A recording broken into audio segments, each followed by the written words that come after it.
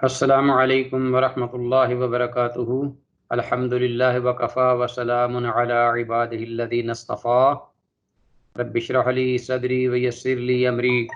واحلل عقدۃ من لسانی یفقہوا قولی۔ رب زدنی علما، اللہم انا نسألک علما نافعا وعملا متقبلا ورزقا طیبا۔ اللهم إنا نعوذ بك من علم لا ينفعنا، اللهم انفعنا بما علمتنا وعلمنا ما ينفعنا وزدنا علما۔ اللهم إنا نعوذ بك من علم لا ينفع ومن قلب لا يخشع ومن نفس لا تشبع ومن دعوة لا يستجاب لها آمین یا الہ العالمین۔ عزیز طلبہ، اللہ کی توفیق سے ہمارے ان اسباب کے سلسلے میں یہ آج 15واں سبق ہے، آپ کے سامنے موجود ہے، اور ہم آتے ہیں ان احادیث کی جانب جو آج کے درس کا موضوع ہیں اور ہمارے انشاءاللہ زیر مطالعہ رہیں گی۔ تو بغیر کسی تمہید کے میں چاہوں گا کہ پہلی حدیث جو ہمارے پاس ہے اس کو شروع کریں۔ ہم اپنے کل کے جو سبق کے چند ایک خاص میں چاہ رہا تھا کہ اور اہمیت کے حامل سوالات تھے، وہ آپ کے گوش گزار کر دیے جائیں۔ وہ ریٹن آپ کے سامنے موجود ہیں، انشاءاللہ آپ کو بھیج بھی دیے جائیں گے، اور آپ ایک دفعہ ان کو سن لیں، پڑھ لیں۔ پہلا سوال جس کا تعلق سابقہ سبق کے حوالے سے ہے، والدین کا اپنی اولاد کی تعلیم و تربیت میں کردار اور اس کی تاثیر پر حدیث کے کون سے الفاظ دلالت کرتے ہیں؟ وہ معروف حدیث ہے کہ کل مولود یولد علی الفطرہ فابواہ ان یحودانہ او یمجسانہ او ینصرانہ، کہ ہر بچہ دین فطرت پر پیدا ہوتا ہے اور اس کے والدین پھر اس کو اپنے اور تربیت سے اپنی محنت سے جو چاہیں بنا لیں۔ دوسرا سوال تھا معتبر اقوال کے مطابق سیدنا ابو ہریرہ رضی اللہ عنہ کا اصل نام ذکر کیجئے۔ یہ تو کنیت ہے جو کہ معروف ہے اور یہ نام سے بھی زیادہ شہرت پا گئی ہے، لیکن اصل نام بھی ہونا چاہیے، اگرچہ اس میں خاصا اختلاف ہے، لیکن صحیح اور بڑا نام جو واضح اور معروف ہے وہ حضرت عبد الرحمن بن صخر الازدی ہے رضی اللہ تعالیٰ عنہ۔ تیسرا سیدنا مسلم بن یسار رحمہ اللہ کون تھے؟ اس سلسلے میں بھی میں اختصار سے ان کو انٹروڈیوس کرایا آپ کو، ریٹن بھی اور بتایا بھی تھا، اور وہ کبار تابعین میں سے تھے۔ اور اسی طرح چوتھا سوال آج کا حدیث میں الفاظ یخفض القسط ویرفعہ، کہ اللہ تعالیٰ ترازو کو نیچے کرتا اور اٹھاتا ہے، اس حقیقت میں کیا مراد ہے؟ اللہ کسی کو عزت دیتا ہے، کسی کو ذلت، کسی کو تختہ دار پہ چڑھاتا ہے، کسی کو تخت عطا کرتا ہے۔ تو اس طرح یہ اللہ تعالیٰ کی سنت طاہرہ ہے جو کہ کل یوم ہوا فی شأن کے تحت جو ہے جاری و ساری ہے۔ آتے ہیں عزیز طلبہ، آج کے درس کے حوالے سے حدیث نمبر 96 ہے ہمارے پاس۔ پہلی اس میں جو میں نے ٹائٹل دیا ہے وہ آپ کے سامنے موجود ہے کہ اہل جنت اور اہل جہنم کے ناموں کی باقاعدہ آباء و اجداد اور ان کی قوموں سمیت، یعنی جو انسانوں کی خاندانوں کی قومیں ہیں جو کہ ایک دوسرے کی پہچان کا باعث ہیں، اور قبائل ان کے نام ہیں، ان سمیت یہ ہر چیز لوح محفوظ میں جمع کر دی گئی ہے شروع سے۔ تو اس حد تک ایک انسان کی جو قضاء و قدر کے حوالے سے لوح محفوظ میں ہر چیز ثبت ہو چکی ہے۔ تو آتے ہیں حدیث کی جانب۔ عن عبداللہ بن عمر رضی اللہ تعالی عنہ، عبداللہ بن عمر بن عاص رضی اللہ تعالی عنہما سے روایت ہے، قال، وہ کہتے ہیں، خرج رسول اللہ صلی اللہ علیہ وسلم، اللہ کے رسول صلی اللہ علیہ وسلم باہر تشریف لائے صحابہ کے پاس، وفی یدیہ کتابان، اور آپ کے دست مبارک میں 2 کتابیں تھیں، فقال، آپ نے فرمایا، اتدرون، کیا تم جانتے ہو، ما ہادان الکتابان، کہ یہ 2 کتابیں کون سی ہیں؟ ایک ہاتھ میں تھی اور دوسرے ہاتھ میں۔ قلنا، ہم نے کہا، لا، صحابہ تو بڑی تیزی سے یہ لفظ کہتے لا لا لا، یہ ان کا اب تکیہ کلام بن چکا تھا دین کے معاملے میں۔ اور عزیز طلبہ یہی ہونا چاہیے، دین کے معاملے میں بڑی احتیاط ہونی چاہیے۔ تو زیادہ تر اس وقت جس پورا وثوق ہو ایک مسئلے کے بارے میں تو کہے کہ نعم میں جانتا ہوں، ادروائز لا قلنا، ہم نے کہا لا یا رسول اللہ، اللہ کے رسول ہم نہیں جانتے، الا ہاں مگر، ان تخبرانا کہ آپ ہمیں خبر دے دیں اس بات کی کہ یہ کیا ہے۔ فقالا، تو آپ صلی اللہ علیہ وسلم کا مقصد یہ تھا، اس لیے آپ نے پوچھا، وہ تو توجہ دلانے کے لیے انداز تھا آپ کا۔ آپ نے فرمایا للذی فی یدہ الیمنا ھذا کتاب، اس شخص کے لیے کہ جس کے ہاتھ میں یہ کتاب، یعنی فی یدہ الیمنا، جو آپ کے دانے ہاتھ میں کتاب تھی۔ فرمایا آپ نے کہ ھذا کتاب، یہ کتاب من رب العالمین، جہانوں کے پروردگار کی جانب سے ہے، فیہا، اس میں اسماء اہل الجنہ، اہل جنت کے نام ہیں، و اسماء آبائہم، اور ان کے فور فادرز کے نام ہیں، آباء و اجداد کے، و قبائلہم، اور ان کے ٹرائبز جو ہیں کلینز، ان کے بھی نام ہیں، شعوبا و قبائلہ لتعارفوا، یعنی تعارف کے لیے اللہ نے بنائے۔ ثم اجمل علی آخرہم، اللہ اکبر، فلا یزاد فیہم ولا ینقص، پھر ان کو سیل کر دیا گیا ہے، اللہ اکبر، یہ سارے نام لکھ کر ان کے آباء و اجداد کے بھی اور ان کے قبائل کے بھی، تو پھر ان کو بند کر دیا گیا، جو سیل کرنا کہتے ہیں نا، اس پر ٹھپا یا مہر لگا دی گئی، الآخرہم، ان کے آخری پر۔ فلا یزاد فیہم، تو نہ تو زیادہ کیا جائے گا ان میں، ولا ینقص منہم، اور نہ ان میں سے کچھ کمی کی جائے گی، ابداً، کبھی بھی، یعنی لکھے ہوئے میں کبھی بھی کمی نہیں ہوگی۔ یہ تو دائیں ہاتھ کے بارے میں اس کی انٹرپریٹیشن ہو، آپ نے ایکسپلین کر دیا۔ اور اب بائیں ہاتھ میں جو کتاب جس بارے میں فرمایا، ھذا کتاب، یہ کتاب ہے، من رب العالمین، جہانوں کے پروردگار کی جانب سے، ھذا کتاب، یہ کتاب ہے، من رب العالمین، جہانوں کے پروردگار کی جانب سے، فیہ، اس میں اسماء اہل النار، اہل جہنم کے نام ہیں اس میں، یعنی درج ہیں، ثبت ہیں، واسماء آبائہم، اور ان کے آباء و اجداد کے نام، فور فادرز کے نام بھی ہیں، وقبائلہم، اور ان کے قبائل، کلینس، یا جو اپنا ٹرائبز وغیرہ ہیں، ان کے بھی نام لکھے ہوئے ہیں۔ ثم اجمل علی آخرہم، پھر یہاں تک درج کرنے کے بعد پھر ان کو سیل کر دیا گیا، یعنی ان پر مہر لگا دی، ان کو بند کر دیا گیا ان کے آخری پر، اللہ اکبر۔ فلا یزاد فیہم، تو نہ اس میں کسی چیز کا اضافہ کیا جائے گا، ولا ینقص، اور نہ کمی کی جائے گی، منہم ابداً، جو کچھ لکھا جا چکا ہے، جو نشاندہی ہو چکی ہے، جو ان کے بارے میں احکام ثبت کر دیے گئے ہیں، کبھی بھی ان میں کمی بیشی نہیں ہو سکتی۔ اب ظاہر ہے کہ جب یہ اتنی کلیئر بات ہے عزیز طلبہ انسان کے لکھے ہوئے کے بارے میں پہلے سے ہی، تو پھر یہ سوال لازمی تھا۔ صحابہ آگے موجود تھے، فقال صحابہ رحمۃ اللہ العالمین نے جب یہ بات فرمائی تو آپ کے صحابہ نے یہ کہا، ففیم العمل یا رسول اللہ، تو اے اللہ کے رسول، پھر عمل کی کیا اہمیت ہوئی؟ ان کان امر قد فرغ من، اگر معاملہ، سارے ہر قسم کے معاملات سے فراغت حاصل ہو کر لی گئی ہے یا فراغت ہو چکی ہے، تو پھر یہ جو ہمارے پاس یہ اعمال کے لیے جو زور دیا جا رہا ہے، اور اس طرح قربانیاں ہیں، جہاد ہیں، مال اس کی قربانی، اولاد کی قربانی، اور ہر طرح کی قربانی، تو پھر یہ اس کا کیا مطلب ہے؟ جیسا کہ آج کل کے لوگ بھی اور ہم بھی، یہ سوال ہمارے ذہن میں آتے ہیں کہ یہ ہم پوچھیں۔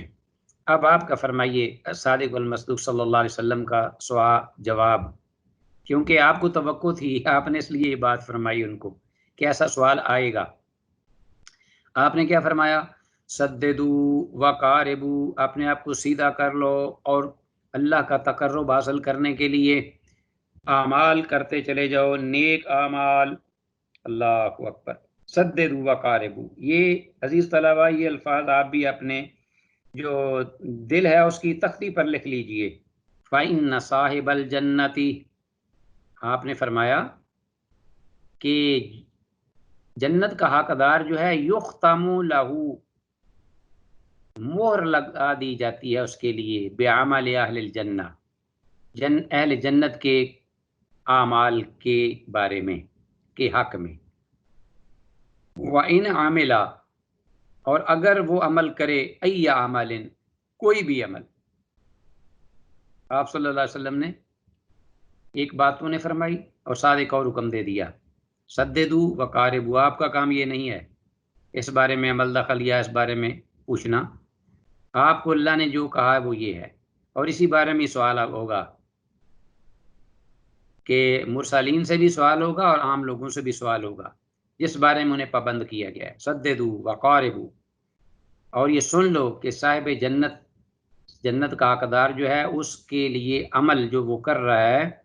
اس کے لیے باقاعدہ مور سٹمپ لگا دی گئی اللہ کی بارگاہ میں، لوح محفوظ میں، کہ وہ اہل جنت کے عمل کر کے رہے گا. خواہ وَإِنْ عَمِلَ أَيَّ عَمَلٍ، کوئی بھی عمل کرے، وہ عمل جنت کے آخر میں وہ کر کے ہی رہے گا کہ جس کی بدولت وہ جنت میں چلا جائے.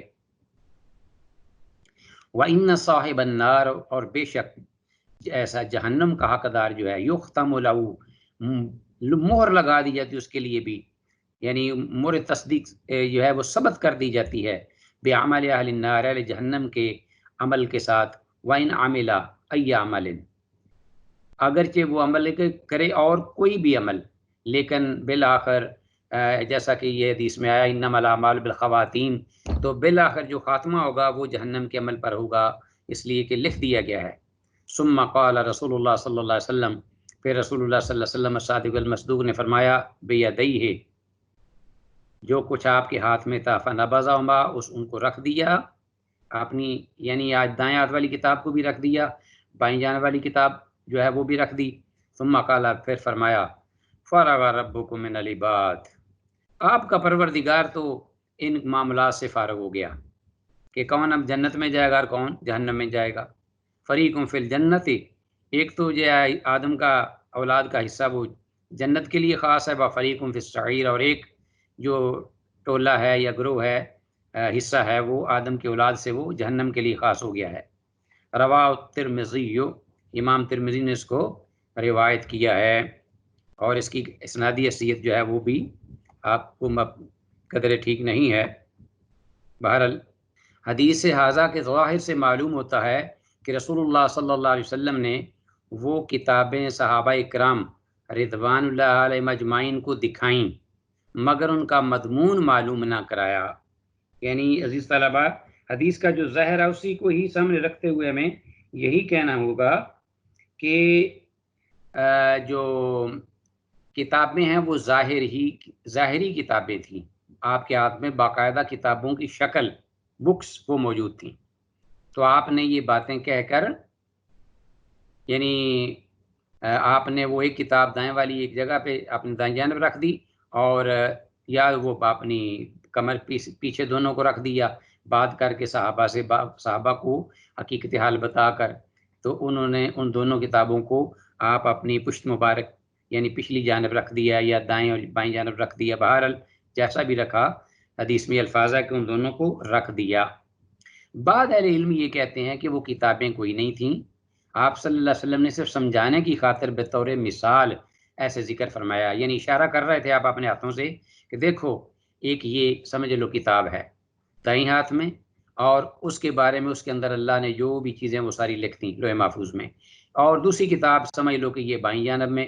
وہ کتاب ہے کہ جو کہ اہل جہنم کے لیے اللہ نے سارے نام ان کے اور ان کے فور فادرز اور پھر ان کے آگے کلینس جتنے بھی ٹرائبس وغیرہ ہیں ان کے نام اور ان کی قوموں کے نام تک جو ہیں وہ ثبت کیے ہوئے ہیں، اور پھر ان کو آگے سے اوپر آخر تک آخری کو لکھ کر آخری حصے کو شخص کو اور اس کو بند کر دیا پھر، اور اس پر کمی بیشی نہیں کی گئی. پھر اللہ کے رسول نے فرمایا سددوا وقاربوا. یہ عزیز طلبہ حدیث درست ہے، صحیح ہے، اس پر کوئی ایسا حکم نہیں بظاہر، یہ حدیث درست ہے اور صحیح ہے. حدیث نمبر 97، دوا، دارو اور منتر وغیرہ بھی تقدیر کے تحت ہیں۔ وعن ابی خزامہ عن ابیہ، ابو خزامہ رحمہ اللہ وہ اپنے والد سے رضی اللہ عنہ سے بیان کرتے ہیں، قال انہوں نے کہا، قلت کہ میں نے پوچھا، یا رسول اللہ، اللہ کے رسول۔ ابو خزامہ اپنے باپ سے روایت کرتے ہیں اور ان کے آگے باپ جو ہیں وہ کہتے ہیں، جو صحابی ہیں، کہ میں نے کہا اللہ کے رسول صلی اللہ علیہ وسلم، ارعیتا، آپ اے اللہ کے رسول یہ بتائیے، رقن، رقیہ رقن جمع، وہ منتر، وہ اپنا دم وغیرہ جو کرتے ہیں، جھاڑ پھونک وغیرہ شرعی، نسترقیہ جسے ہم کرواتے ہیں، وہ دم منتر جھاڑ پھونک وغیرہ جو ہم کرواتے ہیں، و دواءً اور وہ علاج، نتداوا بہی کہ جس علاج کو ہم استعمال میں لاتے ہیں بیماری کی شفا کے لیے، بیماری کو دور کرنے کے لیے، نتداوا ہم دوا دارو کرتے ہیں اس کے ساتھ بہی، وتقاتن اور وہ پرہیز، کہتے ہیں نا کھانا جب آدمی بیمار ہو جاتا ہے تو ظاہر ہے کہ وہ عام معمول سے از خود پریکٹیکلی وہ حکیم یا ڈاکٹر کے پاس نہ بھی جائے تو وہ خود بھی اس بیماری کی نوعیت کے حساب سے لگ پڑتا ہے پرہیز کرنے، تاکہ اللہ کرے دوائی کے بغیر ہی میں اس پر قابو پا لوں۔ تو وہ علاج بالغذاء یا سمجھ لیجیے، یا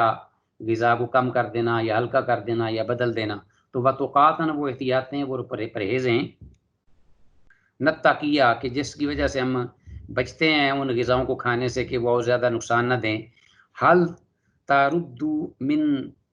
قدر اللہ شیئن، کیا یہ ساری چیزیں جو ہیں، علاج بھی ہے شریعت طاہرہ میں، پرہیز بھی ہے، اور اس پر انگیخت بھی دلائی جاتی ہے،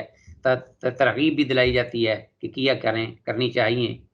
تو کیا یہ چیزیں کوئی پھیر دیتی ہیں من قدر اللہ، اللہ کی لکھے ہوئے، اللہ کے جو ثبت کی ہوئی چیزیں ہیں ان میں سے شیئن کچھ، کیا یہ چیزیں بدل دیتی ہیں؟ کیونکہ اسی لیے تو ہمیں حکم دیا جاتا ہے یہ کرو یہ کرو، اور ہم بڑا کچھ کرتے ہیں۔ قال آپ نے فرمایا، ہی من قدر اللہ، آپ کا علاج کرنا، آپ کا جڑی بوٹیوں سے اس علاج اس بیماری پر کنٹرول کرنا پانا،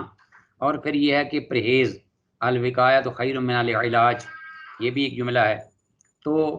یہ ساری تگو دو، یہ محنت یہ بھی اللہ کی تقدیر میں لکھی ہوئی ہے کہ آپ کریں گے، اور پھر اس کے بدلے میں اللہ تعالیٰ کو شفا بھی دیں گے۔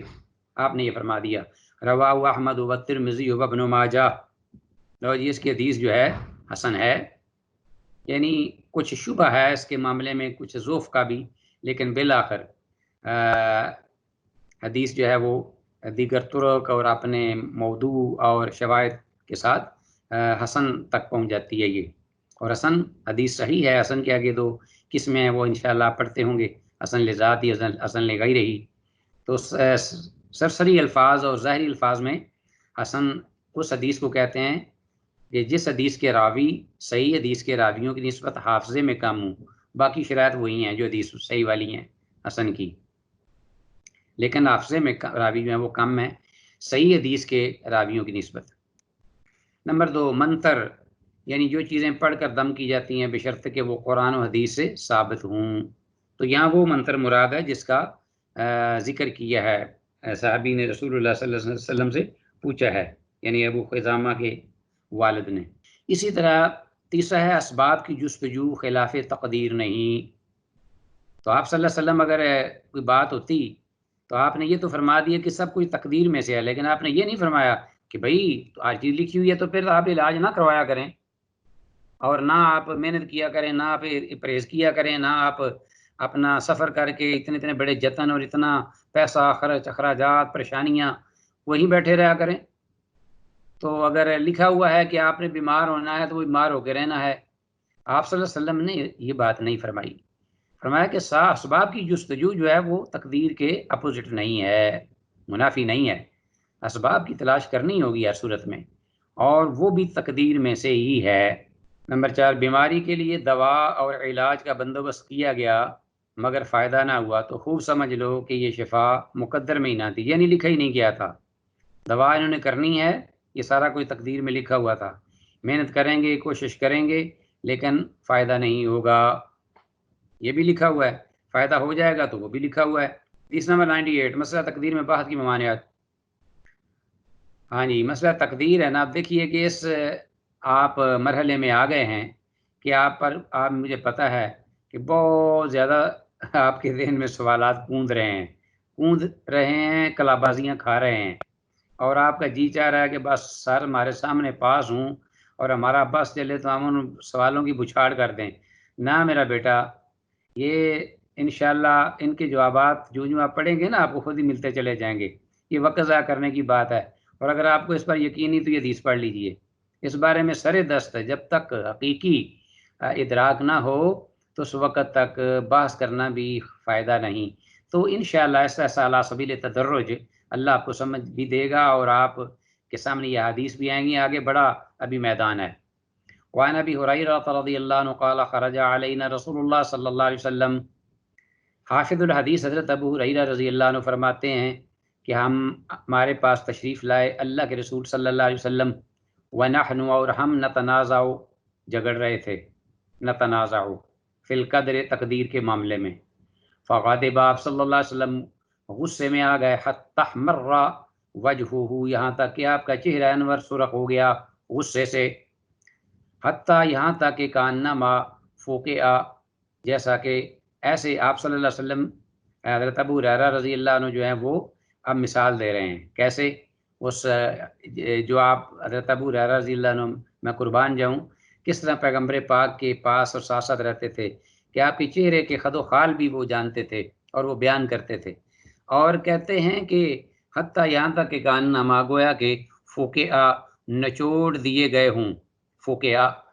نچوڑ دیے گئے ہوں، فی وجنتیہ آپ کے دونوں رخسار مبارکوں میں، رخسار مبارک ان میں نچوڑ دیے گئے ہوں، حب الرمان انار کے سرخ دانے، انار کے سرخ دانے اگر نچوڑ دیے جائیں یا کسی چہرے پر انڈیل دیے جائیں تو جو رنگ پیدا ہوگا، اب پیغمبر پاک کے چہرہ انور پر جو چاند سے بھی زیادہ خوبصورت تھا، لیکن جب آپ غصے میں آئے تو اس وقت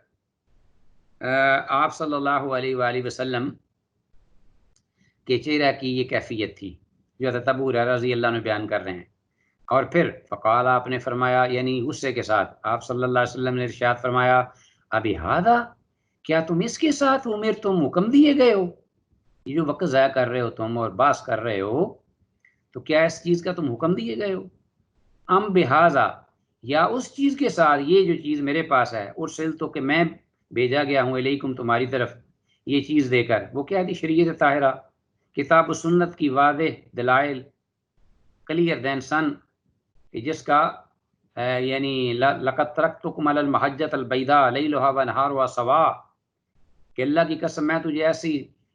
ایسی تم کو ایسی روشنی پر چھوڑ کے جا رہا ہوں کہ جس کا رات بھی دن ہے، ایسی وعدے ہر چیز شریعت طاہرہ کی، یا اس چیز کو اس کے ساتھ میں بھیجا گیا ہوں، یا ان جھگڑوں کے جو گمراہ فرقوں کے کام ہیں، یقیناً بے شک ہلاکا ہلاک ہو گئے، من کان قبلکم جو تھے تم سے پہلے، حینا جب تنازعوا یا جس وقت وہ جھگڑتے، فی ھذا الامر اس تقدیر کے مسئلے میں، تقدیر کے مسئلے میں باتیں چھیڑ دیتے اور عمل سے اپنے آپ کو روکنے کے لیے۔ عزمت علیکم اللہ کا واسطہ دیتا ہوں میں تم کو، عزمت علیکم میں تمہیں اللہ کا واسطہ دیتا ہوں، اللہ تنازعوا فی اس میں مت جھگڑو، اللہ کے نہ تنازعوا تم جھگڑو فی اس میں قدر کے مسئلے میں۔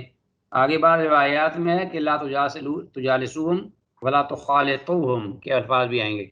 کہ ایسے لوگوں کو دیکھو تو وہاں سے کنارہ کشی کرو، ان سے اٹھ جاؤ، وہاں سے بھاگ جاؤ ان کو دیکھ کر، ایسے لوگوں کو جو تقدیر کے مسئلے میں لڑ رہے ہیں، جھگڑ رہے ہیں، کیونکہ فَإِنَّ هَؤُلَاءِ مَجُوسُ هَذِهِ الْأُمَّةِ اس امت کے وہ مجوسی ہیں، ان کو مجوسیوں کا یہ کام زیادہ تھا، بت پرستوں کا۔ اس حدیث کی سند حسن ہے، صحیح ہے۔ تقدیر کے مسئلہ میں بے جا گفتگو کرنا منع ہے۔ تقدیر ایک ایسا بید ہے عزیز طلباء کہ اس کا علم اللہ تعالیٰ کی جانب ہی سونپا جائے تو بہتر ہے۔ ہمیشہ عمل میں مشغول رہنا چاہیے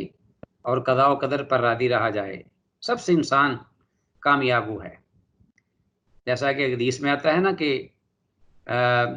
ورد ما قسم اللہ لک تکن اغنی الناس، ورد بما قسم اللہ لک تکن اغنی الناس، کہ جو چیز اللہ نے تیرے لیے مقدر کر دی ہے اور تجھے عطا کر دی ہے اور تیرے لیے اس نے لکھ دی ہے، اس پر راضی ہو جا اور عمل کرتا چلا جا اللہ کی اطاعت و فرما برداری میں، تو دنیا کا سب سے بڑا غنی بن جائے گا، مالدار بن جائے گا۔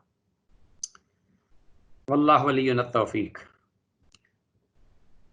تقدیر میں گفتگو دین و عقائد میں ٹھوکریں کھانے کا سبب بنتی ہے، جیسے معتزلہ وغیرہ رائے حق سے بھٹک گئے اور اللہ تعالیٰ پر اعتراضات جڑنے شروع کر دیے، الیاذ باللہ۔ بڑا کچھ کہتے تھے، آگے آئے گا، کہتے تھے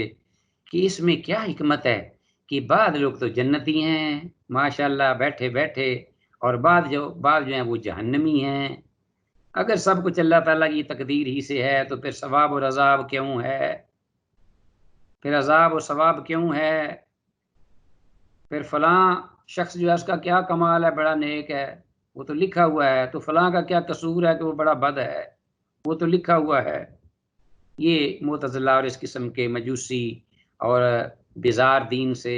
انہوں نے یہ باتیں شروع کر دیں تقدیر کا سہارا لے کے، تاکہ ہم عمل سے بچ سکیں۔ گزشتہ سے پیوستہ یہی حدیث جو 99 ہے، یہ آپ نے دیکھا نا پیچھے 98 اور 99 کا اس کا نمبر دیا ہے صاحب مشکات المصابیح نے، کہ اس حدیث سے متعلقہ ایک ساتھ یہ الفاظ وروى ابن ماجہ، امام ابن ماجہ نے اپنی سنن میں نحوہ اسی طرح کی حدیث ذکر کی ہے،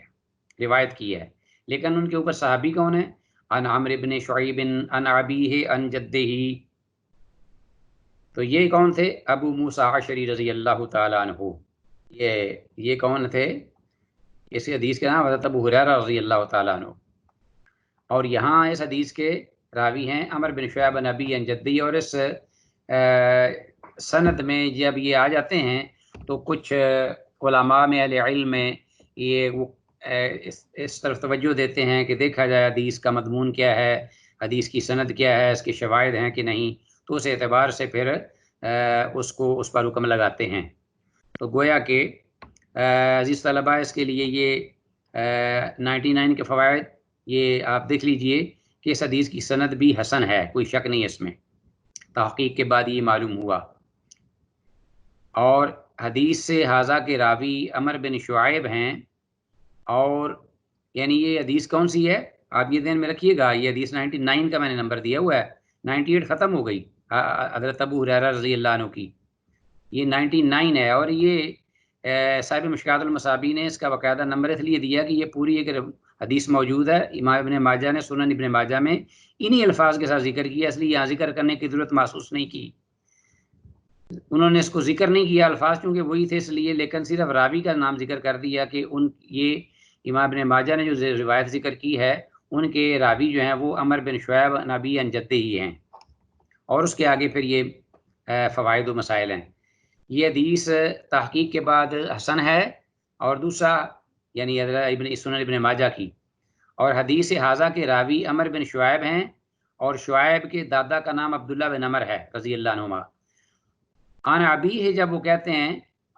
عن عمرو بن شعیب عن ابیہ، تو عن ابیہ سے مراد پھر کون ہوا؟ عمر کے والد شعیب ہوئے نا، عن ابیہ، یعنی عمر جو ہیں وہ شعیب سے روایت کرتے ہیں، عمر بن شعیب اپنے باپ سے روایت کرتے ہیں، تو عمر کے باپ پھر شعیب ہوئے نا۔ عن ابیہ کی ضمیر شعیب کی جانب، اور عن جدہ ہی وہ جو عن شعیب جو آگے جو ہے عمرو بن شعیب عن جدہ ہی، پھر شعیب اپنے دادا سے روایت کرتے ہیں، یہ نہیں ہے کہ عمر اپنے دادا سے روایت کرتے ہوں، پھر شعیب اپنے دادا سے روایت کرتے ہیں، اور شعیب کے دادا کا نام عبداللہ بن عمر رضی اللہ عنہما۔ اب حاصل کلام سن لیجئے، عمر اپنے باپ شعیب سے، اور آگے شعیب اپنے دادا عبداللہ بن عمر سے روایت کرتے ہیں، اور عمر کے دادا کا نام محمد تھا، عمر کے دادا جو کہ شعیب کا باپ ہے، جو کہ شعیب کے باپ تھے وہ ذکر نہیں ہوئے، اور شعیب نے اپنے باپ محمد سے روایت نہیں کی بلکہ دادا سے روایت کی ہے عبداللہ بن عمر سے۔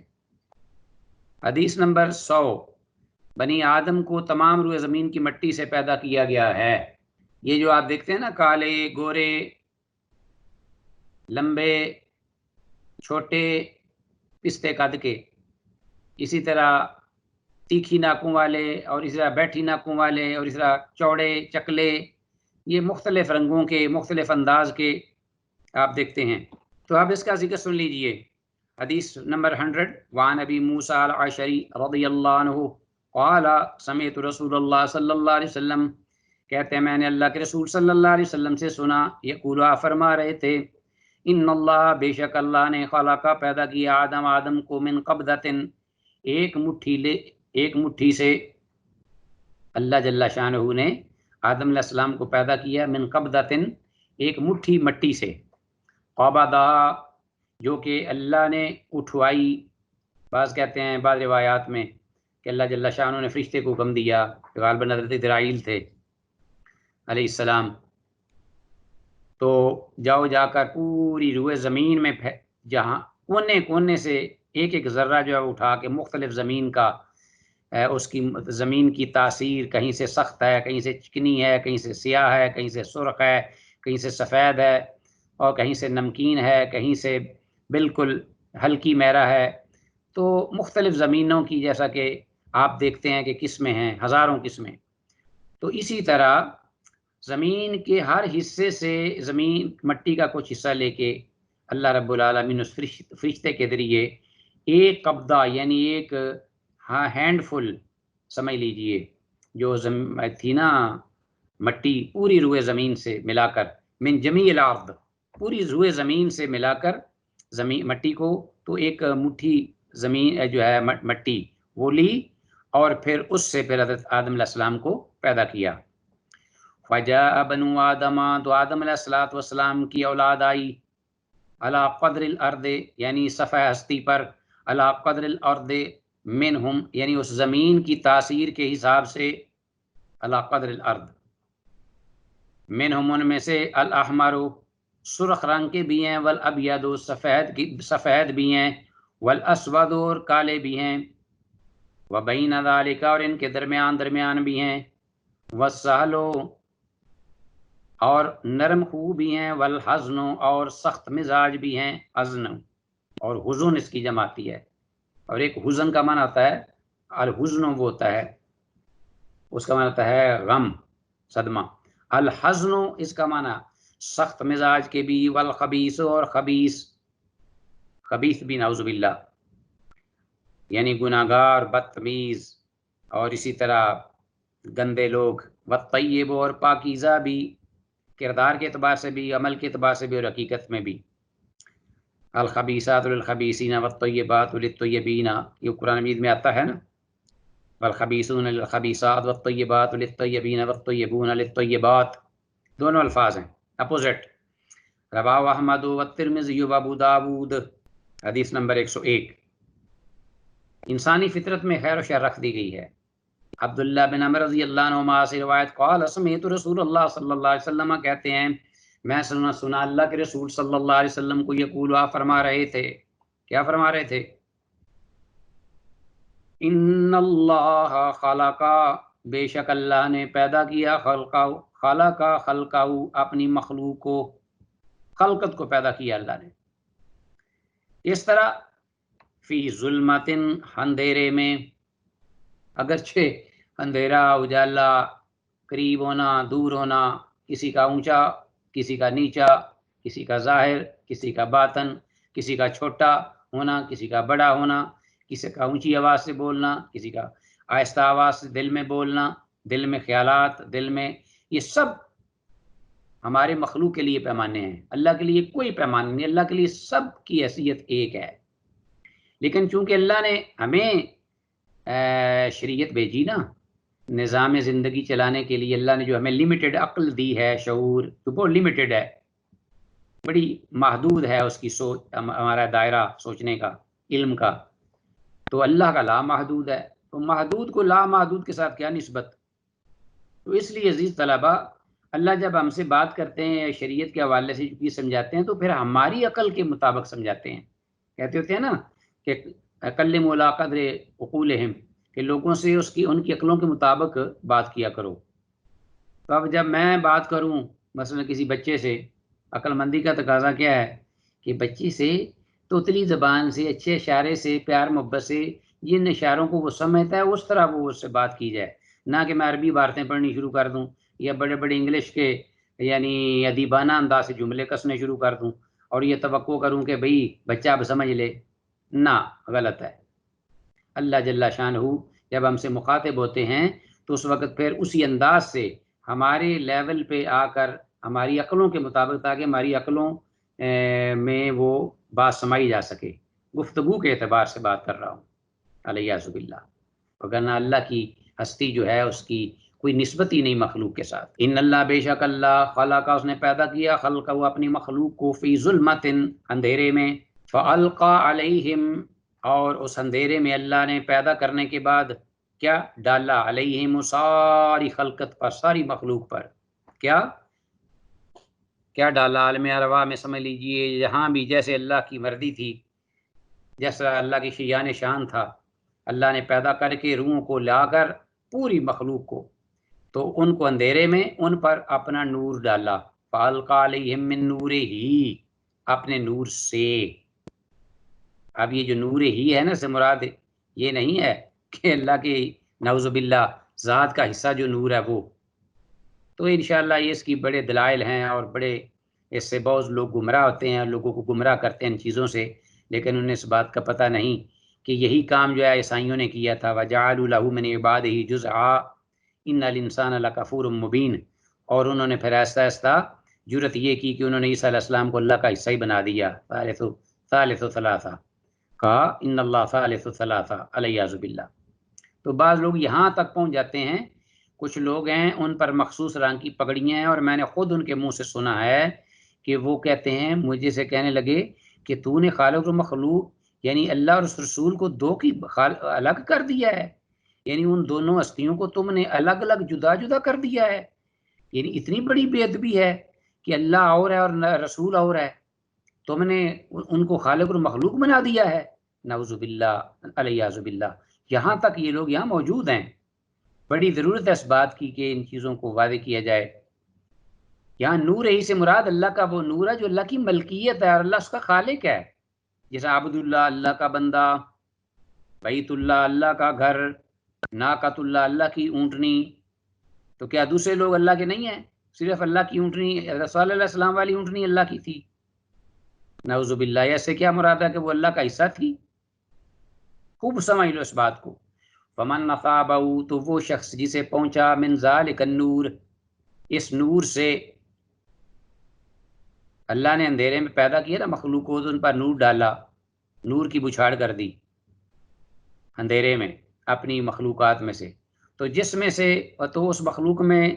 سے جس کو وہ نور پہنچا، یعنی چھٹا مارا، چھڑکاؤ کیا نور کا، تو اہتدا، جس کو وہ ملا، جس پر پڑ گیا، اہتدا، تو وہ ہدایت پا گیا، ومن اخطا، اور جس سے وہ مس ہو گیا، خطا ہو گیا، رہ گیا، ضل، وہ گمراہ ہو گیا، فلذالک، اس لیے اقول، میں کہتا ہوں، یعنی صادق المصدوق یہ حدیث بیان فرما کے کہتے ہیں، اس لیے پھر میں کہتا ہوں، جف القلم، قلم خشک ہو چکے ہیں، علی علم اللہ، اللہ کے علم پر، اللہ کے علم کی بنیاد پر، علام الغیوب کی علم جو اپنا قلم ہے وہ خشک ہو چکے ہیں، یعنی لکھا ہوا جو ہے وہ خشک ہو چکا ہے۔ ایک جیسے امام ترمذی کی جامع ترمذی میں ہے، رفعت الاقلام و جفت الصحف، قلم اٹھا لیے گئے اور صحیفے خشک ہو گئے، رواہ احمد و ترمذی۔ اب دیکھو نا، اب اس جو الفاظ ہیں یہ اس طرف رہنمائی کر رہے ہیں کہ فمن اصابہ من ذالک النور اہتدا، تو مراد ہوا یہاں نور ہدایت ہے مراد، یہ نہیں کہ نعوذ باللہ اللہ کی ذات کا کوئی حصہ نور ہے۔ حدیث کے الفاظ، ان اللہ خلق خلقہ، کہ بے شک اللہ نے اپنی مخلوق کو پیدا کیا، میں مخلوق سے مراد جن و انس ہیں، مخلوق کو پیدا کیا اور اس اندھیرے میں، اور پھر اس پر ہدایت کے نور ہدایت کے جو ہیں وہ چھڑکاؤ کیا، فرمایا اللہ نے، تو مراد جن و انس ہیں، اور کوئی مخلوق نہیں ہے۔ نمبر 2، نور سے محرومی پر گمراہی سے مراد نفس امارہ کی سرکشی ہے، اور اس نور کو پا لینے سے مراد نور ایمان اور معرفت و اطاعت کا اور احسان کا نور ہے، اچھائی کا نور ہدایت جسے کہا گیا ہے۔ 102، ہر آدمی اللہ تعالیٰ سے ہدایت پر ثابت قدمی کا طلبگار ہے، عزیز طلبا، ایک عامی سے لے کر ایک پیغمبر تک، یہ میں آپ کو بتا دوں۔ حدیث اس پر دلیل ہے، حضرت انس بن مالک رضی اللہ تعالیٰ عنہ کی، قالا کہتے ہیں، کان رسول اللہ صلی اللہ علیہ وسلم، اللہ کے رسول صلی اللہ علیہ وسلم نے ارشاد فرمایا، یکثر ان یقولا، کان رسول اللہ صلی اللہ علیہ وسلم، اللہ کے رسول یکثر بہت زیادہ کیا کرتے تھے، کیا، ان یقولا یہ کہا کرتے تھے، بہت زیادہ یہ الفاظ پکارا کرتے تھے، یہ فرمایا کرتے تھے، یہ کہا کرتے تھے، یکثر کے الفاظ ہیں، گویا کہ اکثر و بیشتر۔ تو معلوم ہوا کہ دو جہاں کے سردار، امام الانبیاء، امام المرسلین، ان کا دل بھی اللہ کے ہاتھ میں ہے، وہ بھی بے اختیار اللہ کے تصرف اور اختیار میں ہیں۔ اسی لیے وہ کہتے ہیں کہ اے اللہ میرے دل کو اپنی اطاعت و فرما برداری پر ثابت قدم رکھنا۔ یہ دعا اکثر، یہ بھی نہیں تھوڑی، اور رحمت للعالمین کی جو تھیں اپنا عبادات و ریاضت، وہ آپ کے علم میں ہے، تو اس دعا کو بھی دعا یاد کر لیجئے عزیز طلبہ۔ ساتھ ساتھ ان چیزوں کو انڈر لائن کرتے چلے جائیے جو چیزیں زیادہ اہم ہے آپ کی، جن کا تعلق آپ کی زندگی سے ہے۔ یا مقلب القلوب، اے دلوں کے پھیرنے والے، ثابت قدم رکھنا قلبی میرے دل کو، علی دین کا اپنے دین پر، دین اسلام پر۔ فقل تو میں نے کہا یا نبی اللہ، اے اللہ کے نبی، کون ہے؟ انس بن مالک، آمنا بکا، ہم ایمان لائے آپ کی ہستی پر، وبما جئت بہ، اور اس چیز پر بھی ایمان لائے جس کو آپ لے کر آئے، یعنی شریعت طاہرہ، وہی کتاب سنت۔ فہل تخاف علینا، تو اس کے باوجود آپ ہم پر ڈرتے ہیں، آپ کو ہمارے بارے میں خوف ہے کہ اس قسم کی دعائیں آپ پڑھتے ہیں، خود بھی اور ہمیں بھی سناتے ہیں، سکھلاتے ہیں۔ قالا، آپ نے فرمایا، نعم کیوں نہیں، ہاں، ان القلوب، اس لیے کہ سن لو، دل جو ہیں بین اصبعین، دل بین اصبعین من اصابع اللہ، اللہ رحمان کی انگلیوں میں سے دو انگلیوں کے درمیان، انسانیت کے، بنو آدم کے پورے سارے کے سارے دل ہیں، اور ان الفاظ میں حدیث پہلے گزر بھی چکی ہے قریب قریب۔ یقلبھا، وہ اللہ ایک ہی وقت میں جس وقت چاہتا ہے، کیف یشاء، جیسے چاہتا ہے اس کو الٹ پلٹ کر دیتا ہے، پھیر دیتا ہے۔ تو پھر عافیت کس سے مانگنی چاہیے بھی؟ ہمارے دل آپ کی، جیسے وہ ہم بچپن میں نا پڑھا کرتے تھے، سنا کرتے تھے، یا وہ بچوں کی کہانیاں ہوتی تھی تو ان میں دیو، جنوں، پریوں کی کہانیاں، اور اس میں اس قسم کے کہ بادشاہ نکلتا ہے اور وہ ایک دے ہے، بڑا جن ہے، اور وہ اس کی جو اپنا جان ہے وہ ایک طوطے کے اندر ہے، تو وہ شہزادہ جو ہے وہ اس طوطے کو پکڑتا ہے اور طوطے کو مارتا ہے۔ تو وہ ایک بہرحال بچوں کی دلچسپی کے لیے اور ادب، جو اردو زبان ہے اس کو فروغ اور سمجھانے کے لیے، پڑھنے پڑھانے کے لیے، تعلیم کے لیے،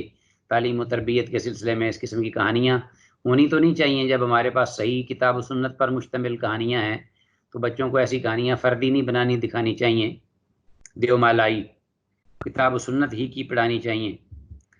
لیکن میں ایک بات سے سمجھا رہا ہوں کہ وہ اس طریقے سے، وہ مجھے بات یاد آ گئی، اللہ کے ہاتھ میں اس طرح ہے، بنو آدم کے دل، پورا کائنات کا نظام اور سسٹم ہے، ایسے کن کہے بس ہر چیز وجود میں آ جائے، کن کہے تو ہر چیز۔ اللہ اکبر۔ رواہ ترمذی و ابن ماجہ، حدیث نمبر 103، انسان کے دل کی مثال دیکھ لیجئے۔ رسول اللہ صلی اللہ علیہ وسلم نے انسان کی دل کی مثال وضاحت کے لیے مثال دی ہے۔ تو معلوم ہوا کہ معاملہ کوئی اہم ہو تو اس کی وضاحت کے لیے مثالیں دینا، یہ کتاب و سنت کا طریقہ کار ہے، حسن ہے، حسن بیان۔ وعن ابی موسیٰ الاشعری رضی اللہ عنہ قال قال رسول اللہ صلی اللہ علیہ وسلم مثل القلب، رسول اللہ صلی اللہ علیہ وسلم نے فرمایا، دل کی مثال قریشۃ، اس پر کی ہے، بیاردن، جو کہ زمین پہ پڑا ہوا ہے، پرندے کا پر، کوئی کسی پرندے کا ہلکا پھلکا، کسی چڑیا کا پر، قریشۃ، قریشۃ بیاردن، بیارض فلات، ہاں، قریشۃ بیارض فلات، جو کہ ایک صحرائی ریگستانی چٹیل میدان میں پڑا ہوا ہو، یقلبھا، اس کو الٹ پلٹ کر رہی ہوں، الریاح، ہوائیں، ریح ان کی جمع ریاح، تجری فی الریاح،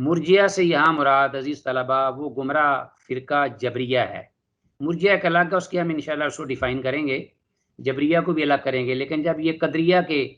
ساتھ اس کا ذکر ہو تو مرجیہ سے مراد وہاں جبریہ ہیں۔ جبریہ پھر کون ہے؟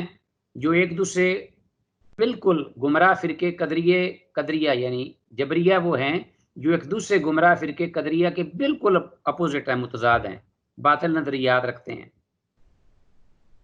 تو جبریہ کے ہاں بندہ اپنے عمل کے اعتبار سے مجبور محض ہے، وہ ہے جبریہ۔ قدریہ کیا ہے؟ وہ کیا ہیں جو سرے سے تقدیر کے منکر ہیں،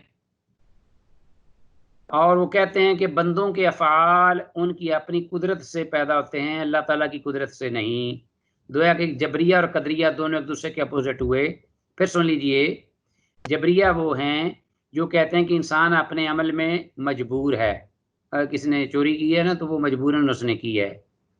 وہ اس کو کرنی پڑی ہے، وہ مجبور ہے اس لیے کہ اللہ نے لکھا ہوا ہے کہ وہ کرے گا اور کر کے رہے گا، اور اس نے چوری کی ہے، قتل کیا ہے، گناہ کیا ہے، شراب پی ہے، جو بھی حق کھایا، کسی کا ظلم و ستم کیا ہے، تو وہ یہ کرنے پہ مجبور ہے، اللہ نے لکھا ہوا ہے،